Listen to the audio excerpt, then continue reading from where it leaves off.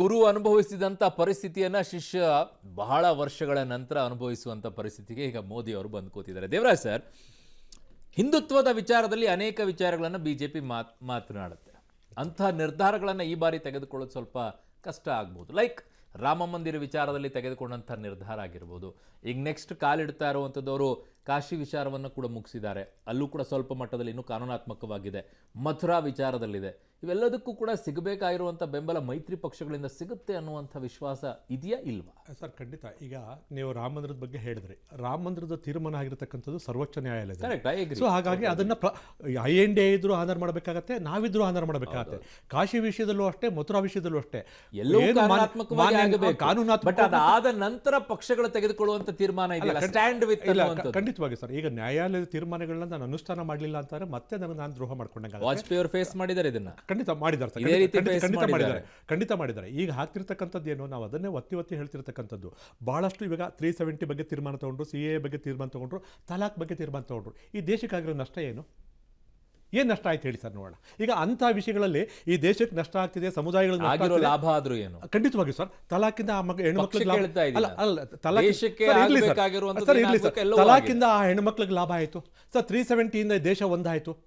ಯಾವ ಒಂದು ರಾಜ್ಯಕ್ಕೆ ಸಂದಾಯ ಆಯ್ತಾ? ಅಲ್ಲ, ಏನಾಗಿದೆ ಸರ್ ನನಗೆ 370 ಇಂದ ಏನ್ ನಷ್ಟ ಆಯ್ತು ಸರ್ ದೇಶಕ್ಕೆ? ಒಳ್ಳೇದಾಗಿ 58% ಸರ್ ಇವತ್ತು ಎಲೆಕ್ಷನ್ ಆಗಿರೋದು. ಇತಿಹಾಸದಲ್ಲಿ ದೇವೇಗೌಡರು ಇದ್ದಾಗ 62% ಆಗಿತ್ತು. This the second time in the history of our country. Tourism increase ಆಗಿದೆ 370 ಸರ್. ಇಲ್ಲ ಸರ್, 370 ಇಂದ ಜಮ್ಮು ಕಾಶ್ಮೀರ ವಿಚಾರದಲ್ಲಿ ನಾವು ಮಾತನಾಡುವ ಅವಶ್ಯಕತೆ ಇಲ್ಲ. ಕಾರಣ ಅಲ್ಲಿ ಏನಾಗಬೇಕಾಗಿದೆ, ಟೂರಿಸಂ ಬೆಳವಣಿಗೆ ಏನಾಗುತ್ತೆ, ಅಲ್ಲಿರುವಂತ ಜನರಿಗೆ ಏನಾಗುತ್ತೆ ಸರ್. ಇವತ್ತು ನೀವೇ ಇದ್ರಿ ಅವತ್ತು ಸರ್. ಇವರು ಏನು ಮಾಡಿದ್ರು, LICಗೆ ಗೌರ್ಮೆಂಟ್ ಎಲ್ಲ ಎಂಪ್ಲಾಯೀಸ್ಗಳಿಗೆ LIC ನಮಗೆ ಇದನ್ನ ಕೊಟ್ಟರು. ನಮಗೆ ಯಾವುದೋ ನಮ್ಮ ಟೂರ್ಗಳನ್ನು ಹೋಗಿ, ಎಸ್ಪೆಷಲಿ ನೀವು ಜಮ್ಮು ಕಾಶ್ಮೀರ್ಗೆ ಹೋಗಿ ಅಂತ ಸ್ಪೆಷಲ್ ಎನ್ಕರೇಜ್ ಮಾಡಿದ್ರೆ ಕಾಂಗ್ರೆಸ್ ತೋರ್ ಸರ್. ಅಲ್ಲಿಗೆ ಹೋಗದೆ ಹೋದ್ರೆ ಅಲ್ಲಿನ ಜನರ ಬದುಕು ನಡೆಯೋಲ್ಲ ಸರ್. ಅಲ್ಲಿಗೆ ಆ ಪರಿಸ್ಥಿತಿ ಇದೆ. ಸಾಮಾನ್ಯ ಜನರು ಇದನ್ನು ಅಪೇಕ್ಷೆ ಪಡ್ತಾ ಇದ್ರು. ಬಟ್ ಏನೋ ಒಂದು 10-20% ಜನ ಈ ಥರ ಇದ್ರು, ಅದು ಸರಿ ಹೋಯ್ತು. ಹಾಗಾಗಿ ಏನು ವಿವಾದಾತ್ಮಕ ಒಂದು ಮಾತು ಹೇಳಿ ಸರ್. ಸಾರಿ, ನಾನು ಈ ತರ ಕೇಳ್ತಾ ಇದ್ದೀನಿ. ಮೈತ್ರಿ ಅವರು ಹೇಳಿ ಸರ್. ತ್ರಿವಳಿ ತಲಾಕ್ ವಿಚಾರದಲ್ಲಿ ನೀವು ಆ ಹೆಣ್ಣುಮಕ್ಕಳಿಗೆ ಸಹಾಯ ಮಾಡಿಕೊಟ್ರು ಕೂಡ ಹೆಣ್ಣುಮಕ್ಕಳು ಸಹಾಯ ಮಾಡಿದ್ರೋ ಇಲ್ವೋ ಗೊತ್ತಾಗ್ಲಿಲ್ಲ ನನಗೆ. ಬಟ್ ಉತ್ತರ ಪ್ರದೇಶದ ಅದು ಆಗಿಲ್ಲ ಅಂತ ಹೇಳ್ತಾರೆ ಬಹುತೇಕವಾಗಿ. ಎರಡನೆಯದು, ರಾಮ ಮಂದಿರ ವಿಚಾರದಲ್ಲಿ ಇಷ್ಟೆಲ್ಲ ಇಡೀ ದೇಶದಲ್ಲೆಲ್ಲ ಬಂದ್ ಹೋಯ್ತು, ಮಂದಿರ ಕಟ್ಟಿದ್ರಿ. ಆ ಋಣ ಸಂದಾಯವನ್ನ ಹಿಂದೂ ಧರ್ಮದಲ್ಲಿ ಮಾಡ್ಲಿಲ್ಲ ಅಂತ ಅನಿಸ್ಲಿಲ್ವಾ ನಿಮಗೆ? ಅಲ್ಲ, ಖಂಡಿತವಾಗಿ. ಯಾಕಂದರೆ ರಾಜಕೀಯ ಪಕ್ಷಗಳು ಯಾವುದೇ ಒಂದು ಕೊಡುಗೆಯನ್ನು ಕೊಟ್ಟಂಥ ಸಂದರ್ಭದಲ್ಲಿ ಅಥವಾ ಯೋಜನೆಗಳು ಕೊಟ್ಟಂಥ ಸಂದರ್ಭದಲ್ಲಿ ಜನರಿಂದ ಹೌದಪ್ಪ ಅದ್ರ ಬಗ್ಗೆ ಅಪೇಕ್ಷೆ ಇಟ್ಕೊಳ್ತಂಥದ್ದು ಸಹಜ. ಅದು ಆಗಲಿಲ್ಲ ಅಂದಾಗ ಒಂದು ಕಡೆ ನೋವಾಗೋದು ಸಹಜ. ಏನಪ್ಪ ಇಷ್ಟೆಲ್ಲ ಮಾಡಿದ್ರು ಸಹ ಆಗಲಿಲ್ಲ ಅಂತ. ಈಗ ಇವರೇ ನೆನ್ನೆ ತಾನೇ ಸನ್ಮಾನ್ಯ ಮುಂದೆ ಅದು ಯಾವುದು ನಿಲ್ಲಲ್ಲ ಅಂತ ಅನ್ಸಲ್ವಾ? ಇಲ್ಲ ಸರ್, ಈಗ ನೀವು ದುಡ್ಡಿನ ಮುಂದೆ ಇದು ಯಾವುದು ನಿಲ್ಲಲ್ಲ ಅಂತ. ಇಲ್ಲ ಸರ್, ಈಗ ಮಂಡ್ಯ ತಗೊಳ್ಳಿ ಸರ್, ಈಗ ಬೆಂಗಳೂರು ಗ್ರಾಮಾಂತರ ತಗೊಳ್ಳಿ, ಎಷ್ಟು ಮಟ್ಟಿಗೆ ದುಡ್ಡು ಖರ್ಚಾಯಿತು? ನಿಲ್ತಾ ಸರ್ ಅದು? ಸರ್ ಏನಾಗುತ್ತೆ, ಒಂದು ಹಂತಕ್ಕೆ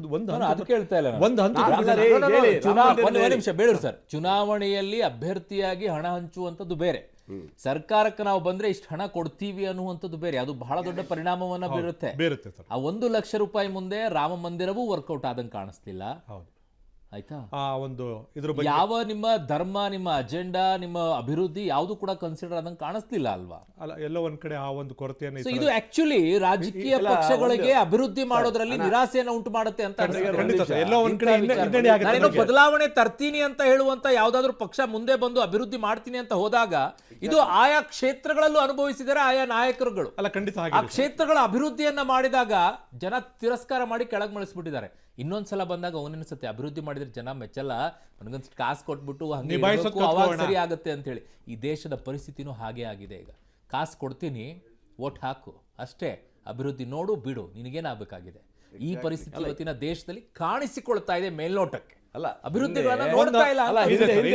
ರಾಜ್ಯದಲ್ಲಿ ಹಲವಾರು ಕ್ಷೇತ್ರಗಳ ಹೇಳಬಲ್ಲೆ ನಾನು, ಯಾವ್ಯಾವ ಕ್ಷೇತ್ರಗಳಲ್ಲಿ ಹೇಗೆ ಅಭಿವೃದ್ಧಿ ಆಯ್ತು, ಆ ನಾಯಕರು ಹೇಗೆ ಸೋತ್ ಹೋದ್ರು ಅಂತ ಹೇಳಿ. Don't you think? ನಿಮಗೂ ಅನ್ಸಲ್ವಾ ಈ ವಿಚಾರದಲ್ಲಿ?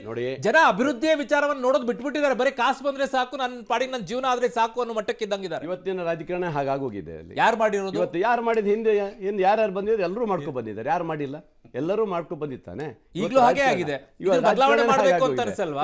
ಜನ ಅಭಿವೃದ್ಧಿ ನೋಡಿ ಮತ ಹಾಕಬೇಕು ಅನ್ನುವಂತ ಬದಲಾವಣೆ ಮಾಡಬೇಕು ಅಂತ ಅನ್ಸಲ್ವಾ? ಅದಕ್ಕೆ ಏನ್ ಮಾಡ್ಬೇಕು ನೀವು? ಒಂದ್ ನೇಷನ್ ಒಂದ್ ಕಂಟ್ರಿ ಅಂದಂಗೆ ಇವತ್ತು ಆನ್ಲೈನ್ ಅಲ್ಲಿ ಎಲ್ಲ ವ್ಯವಹಾರ ಮಾಡಕ್ ಬಿಡಿ, ಅವಾಗ ಯಾವುದೇ ದುಡ್ಡು ಹಂಚಕ್ ಬರಲ್ಲ. ಆನ್ಲೈನ್ ಮಾಡ್ರಿ, ಆನ್ಲೈನ್ ಮಾಡಿ, ಅವಾಗ ತರ್ತೀನಿ ಅಂತ ಹೇಳಿದ್ರಲ್ಲ. ಇಲ್ಲ, ಎಲ್ಲಿದೆ? ಎಲ್ಲ ಆನ್ಲೈನ್ ಆಗ್ಬೇಕು, ಎಲ್ಲ ಆನ್ಲೈನ್. ಯಾವುದೇ ದುಡ್ಡು ಹಂಚಕ್ಕೆ ಯಾವನು ಹೋಗ್ಲಿಕ್ಕೆ ಸಾಧ್ಯ ಇಲ್ಲ. ಅವಾಗ ದುಡ್ಡು ಕ್ಯಾಶ್ ಮಾಡಕ್ ಬಿಡಬಾರ್ದು, ಆನ್ಲೈನ್ ಮಾಡಿ. ನೀವು ಮಾಡಿ ಅಂತವ್ ಮಾಡ್ರಿ, ಅವಾಗ ಏನಾಗುತ್ತೆ ಭ್ರಷ್ಟಾಚಾರ ಯಾವುದೇ ನಡೆಯಲ್ಲ. ಒಂದ್ ನಿಮಿಷ ಪ್ಲೀಸ್. ಶೇರ್ ಮಾರ್ಕೆಟ್ ನಲ್ಲಿ ಗೌರ್ಮೆಂಟ್ ಬರುತ್ತೆ, ಗೌರ್ಮೆಂಟ್ ಬಂದ ತಕ್ಷಣ ಜಾಸ್ತಿ ಏರ್ ಬಿಡುತ್ತೆ, ದುಡ್ಡು ಹಾಕೊಳ್ಳಿ ಅಂತ ಒಂದು ಮಾತನ್ನ 3 ಜನ ಹೇಳಿದ್ರು ಮಂತ್ರಿಗಳು, ಪ್ರಧಾನಿಗಳಿಂದ ಹಿಡ್ಕೊಂಡು. ಇವತ್ತು ರಾಹುಲ್ ಗಾಂಧಿ ಅವರು ಸುದ್ದಿಗೋಷ್ಠಿ ಮಾಡಿ ಹೇಳ್ತಾರೆ ಅದೊಂದು ಸ್ಕ್ಯಾಮ್, ಅದು ಆತರ ಹೇಳಬಾರ್ದು ಹೇಳಿದ್ದಾರೆ.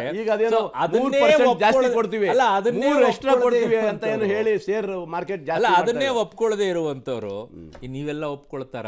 ಮಾಡ್ಬೇಕು ಸರ್, ನೀವು ಮಾಡಿ. ದೇಶದಲ್ಲಿ ಒಂದ್ ಕಂಟ್ರಿ, ಒಂದ್ ನೇಷನ್, ಒಂದ್ ಎಲೆಕ್ಷನ್ ಅಂತ ಹೇಳ್ತೀರ, ಇದನ್ನ ಮಾಡ್ರಿ ನೀವು. ಯಾವಾಗ ಬೇಡ ಅನ್ನೋದಲ್ಲ. ಯಾವಾಗ ಒಂದು ಪಕ್ಷ ಬೆಳೆದು ಸರ್, ಯಾವಾಗ ಯಾಕೆ ಹೇಳ್ತಾ ಇದೀನಿ ಅಂದ್ರೆ ನಿಮ್ದೇ ಎಕ್ಸಾಂಪಲ್ ಕೊಡ್ತೀನಿ. 2013ರಿಂದ 2018ರವರೆಗೂ ಕೂಡ ಸಿದ್ದರಾಮಯ್ಯನವರು ಕೊಟ್ಟಿರುವಂತ ಭಾಗ್ಯಗಳಿಗೆ ಯಾವ ಕೊರತೆನೂ ಇರ್ತಿರ್ಲಿಲ್ಲ. ಎಲ್ಲಾ ಭಾಗ್ಯಗಳನ್ನು ಕೊಟ್ರು. ಜನ ಏನ್ ಮಾಡಿದ್ರು? ಮಖಾಡೆ ಮಲಗಿಸ್ಬಿಟ್ರು, 79 ಸೀಟಿಗೆ ತಂದು. ಏನನ್ನಿಸ್ತು ಸಿದ್ದರಾಮಯ್ಯನವ್ರಿಗೆ?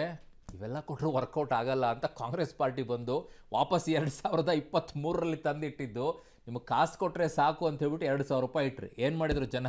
136ಕ್ಕೆ ತಂದು ನಿಲ್ಲಿಸಿದ್ರು. ನಿಮಗೆ ಶೇಮ್ ಅನ್ಸುತ್ತೆ ನಂಗೆ ಒಂದೊಂದ್ಸಲ.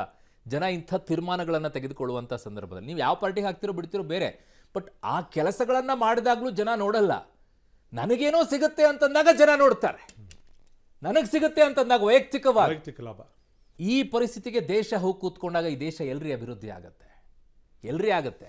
ಅದೇ ಜೀತ ನಡೆಸ್ಕೊಳ್ಬೇಕು, ಅದೇ ಕೇಳ್ಕೊಂಡು ಇಸ್ಕೊಂಡು ಜೀವನ ನಡೆಸ್ಕೊಳ್ಬೇಕು, ಅದೇ ನಡೆಯುತ್ತೆ. Don't you think? ಬೇಡ ಸರ್, ಆ ಜೀತ ಹೋಗ್ಲಿ ಅಂತಲೇ ದುಡ್ಡು ಕೊಟ್ಟಿರೋದು ನಾವು. ಆ ಜೀತ ಇನ್ನೊಬ್ಬರು ಇನ್ನೊಂದಿಷ್ಟು ಜೀತಕ್ಕೆ ತಂದಿಡ್ತಾ ಇದ್ದೀರಾ. ನೀವು ಗಂಜಿ ಕುಡಿಯೋದು, ಸ್ವಲ್ಪ ಮಟ್ಟಿಗೆ ಅನ್ನ ಊಟ ಮಾಡಿ ಅಂತ ಕೊಟ್ಟಿದೀವಪ್ಪ. ಚಂದ್ರಶೇಖರ್ ಅವರೇ, ನಿಮ್ಮ ವಿಚಾರಗಳಲ್ಲಿ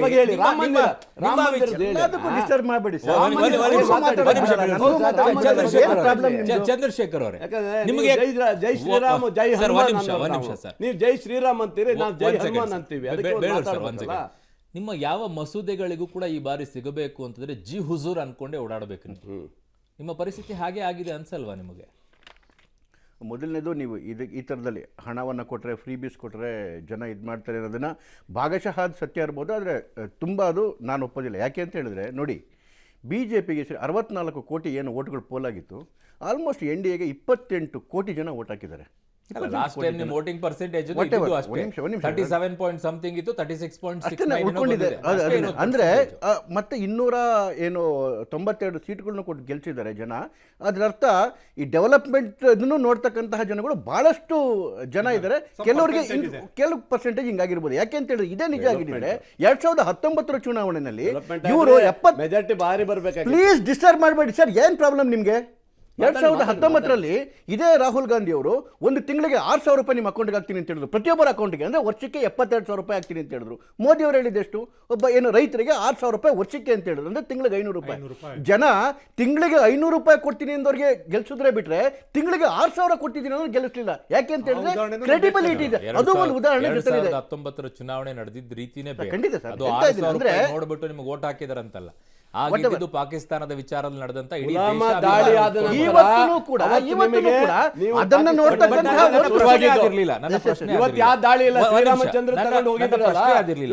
ಮಸೂದೆಗಳಿಗೆ ಹಲವು ಅಂಗೀಕಾರವನ್ನ ಹಾಕೊಳ್ಬೇಕು ಅಂತಂದಾಗ ನಿಮ್ಗೆ ಜಿ ಹುಜೂರ್ ಅನ್ನುವಂತ ಪರಿಸ್ಥಿತಿ ಇದೆ ಇವತ್ತು. ಪ್ರಶ್ನೆ ಅದು ಬರೋದಿಲ್ಲ ಸರ್. ಯಾಕೆ ಅಂತ ಹೇಳಿದ್ರೆ ನೋಡಿ, ಆಲ್ಮೋಸ್ಟ್ ಇರ್ತಕ್ಕಂಥದ್ರಲ್ಲಿ 95% ಪಕ್ಷಗಳು 2014ರಿಂದ ನಮ್ಮ ಜೊತೆಲೇ ಇರ್ತಕ್ಕಂಥ ಪಕ್ಷಗಳು. ಇದು ಮೊದಲನೇದು. ಈ NDA ಇರ್ತಕ್ಕಂಥ ಏನು ರಾಜ್ಯಗಳ ಅಥವಾ ಪಕ್ಷಗಳ ಮನಸ್ಥಿತಿನೂ ಕೂಡ BJP ಪಕ್ಷದ ಮನಸ್ಥಿತಿಗಿಂತ ಬೇರೆ ಆಗಿಲ್ಲ. ಇದೇ ಅವರು ಚಂದ್ರಬಾಬು ನಾಯ್ಡು ಅವರು ಯಾವ ರೀತಿ ಏನು ಹಿಂದೂ ದೇವಸ್ಥಾನಗಳ ಮೇಲೆ ಇದಾದ ದಾಳಿಗಳಾದಾಗ ಹೇಗೆ ಅವರು ಪ್ರೊಟೆಸ್ಟ್ ಮಾಡಿದ್ರು, ಹೇಗೆ ನಿಂತ್ಕೊಂಡ್ರು, ಎಲ್ಲವನ್ನೂ ಕೂಡ ಇದೆ. ಈ ರೀತಿಯಲ್ಲಿ ಕಾಂಟ್ರಾಡಿಕ್ಟರಿ ಇಲ್ಲ. ಆಚೆ ಹೋಗಿರೋ ಉದಾಹರಣೆನೂ ಇದೆ. ಮಂತ್ರಿ ಸ್ಥಾನ ಸಿಕ್ಕಿಲ್ಲ ಅಂತೇಳಿ ನಿತೀಶ್ ಪ್ರಮಾಣ ವಚನಕ್ಕೆ ಕರೆಸದೇ ಇರುವಂತ ಉದಾಹರಣೆನೂ ಇದೆ. ಹಾಗಾಗಿ ನಾನು ಹೇಳ್ತಾ ಇದ್ದೀನಿ, ನಾನು ಅದನ್ನೇ ಹೇಳ್ತಾ ಇದ್ದೀನಿ, ದೇಶದ ವಿಚಾರದಲ್ಲಿ ಎಲ್ಲ ಪಕ್ಷಗಳ ಕಾನ್ಸೆನ್ಸಸ್ ತಗೊಂಡು ಯಾವುದೇ ಇಂಡಿಯಲ್ಲಿ ಇರ್ತಕ್ಕಂಥ ಪಕ್ಷಗಳು ದೇಶ ವಿರೋಧಿ ಪಕ್ಷಗಳು ಯಾವುದೂ ಇಲ್ಲ. ಇನ್ನೊಂದು ಕಾಂಗ್ರೆಸ್ ಇಂಡಿಯಲ್ಲಿ ಇರ್ತಕ್ಕಂಥ Sorry. ಪಕ್ಷಗಳು ಒಂದು ಇದು ಆಶ್ವಾಸನೆ ಕಾಂಗ್ರೆಸ್ ಆಗಿದೆ ಕಂಡ್ರೆ ಅಷ್ಟೇ. ಮಮತಾ ಬ್ಯಾನರ್ಜಿಗೆ ಆಗಲ್ಲ, ಒಂದ್ ಸೀಟ್ ಕೊಡಲ್ಲ. ಕಾಂಗ್ರೆಸ್ ಕಂಡ್ರೆ ಆಮ್ ಆದ್ಮಿ ಪಾರ್ಟಿಗೆ ಆಗಲ್ಲ, ಪಂಜಾಬ್ ಒಂದ್ ಸೀಟ್ ಕೊಡಲ್ಲ. ನಾನೊಂದು ಕಾಂಗ್ರೆಸ್ ವಿರಾಮ ಕಂಡ್ರೆ ಆಗಲ್ಲ, CPM ಗೆ ಆಗಲ್ಲ. ವಿರಾಮ ಈ ಪರಿಸ್ಥಿತಿ ಅನ್ಸುತ್ತೆ. NDA ನಲ್ಲಿ ಒಂದೇ ಇಲ್ಲ. second, ನಾನೊಂದು But ವಿರಾಮ- ಏನೇ ಒಂದೇ ನಿರ್ಧಾರ second, ತಗೊಂಡ್ರು, ಚರ್ಚೆ- ಒಂದೇ ಒಂದೇ ತಗೊಂಡ್ರು. ನಿಮಿಷ ಬೇಳೂರು ಸರ್, ಒಂದ್ ನಾವು ನಿಮಿಷ. ವಿರೋಧ ಪಕ್ಷ ನಾನೊಂದು ವಿರಾಮ ಆಗಿರ್ತೀವಿ. ತೆಗೆದುಕೊಳ್ಳುವಂತ ಸಂದರ್ಭದಲ್ಲಿದೆ. ನೀವು ನಡೆಸಿರಿ. ಯಾರು ದೇಶ ವಿರೋಧಿ ಪಕ್ಷಗಳು ಇಲ್ಲ NDA ಜೊತೆಗೆ ಅಂತ ಹೇಳ್ತಾರೆ, ಅವ್ರವ್ರ ಜೊತೆಗಿದ್ದಾಗ ಹಾಗೆ ಅನಿಸುತ್ತೆ. ಹಾಗಿದ್ದಾಗ ಮೆಹಬೂಬಾ ಮುಫ್ತಿ ಒಳಗಡೆಗಿದ್ದಾಗ ಏನು ಕಾಣಿಸ್ಲಿಲ್ಲ, ಆಚೆ ಹೋದ ತಕ್ಷಣ ದೇಶ ವಿರೋಧಿ ರೀತಿಯಲ್ಲಿ ಕಾಣಿಸ್ಕೊಂಡ್ರು. ಅದೇ ಬೇಕಾದಾಗ ಆಯಾ ಸಂದರ್ಭಕ್ಕೆ ತಕ್ಕಂತೆ ಆಯಾ ಪಕ್ಷಗಳು ಹೊಂದಾಣಿಕೆ ಮಾಡ್ಕೊಂಡ್ರೆ ಸರಿ, ದೂರ ಹೋದ ತಕ್ಷಣ ದೇಶ ವಿರೋಧಿ ಪಕ್ಷಗಳು. ವೆರಿ ಇಂಟ್ರೆಸ್ಟಿಂಗ್, ಇದು ಬಹಳ ಚೆನ್ನಾಗಿರುತ್ತೆ. ಇದು ರಾಜಕೀಯವಾಗಿ ಪಕ್ಷಗಳದ್ದು ಲೆಕ್ಕಾಚಾರ ನೋಡ್ಬೇಕು. ಒಂದು ವಿರಾಮ, ವಾಪಸ್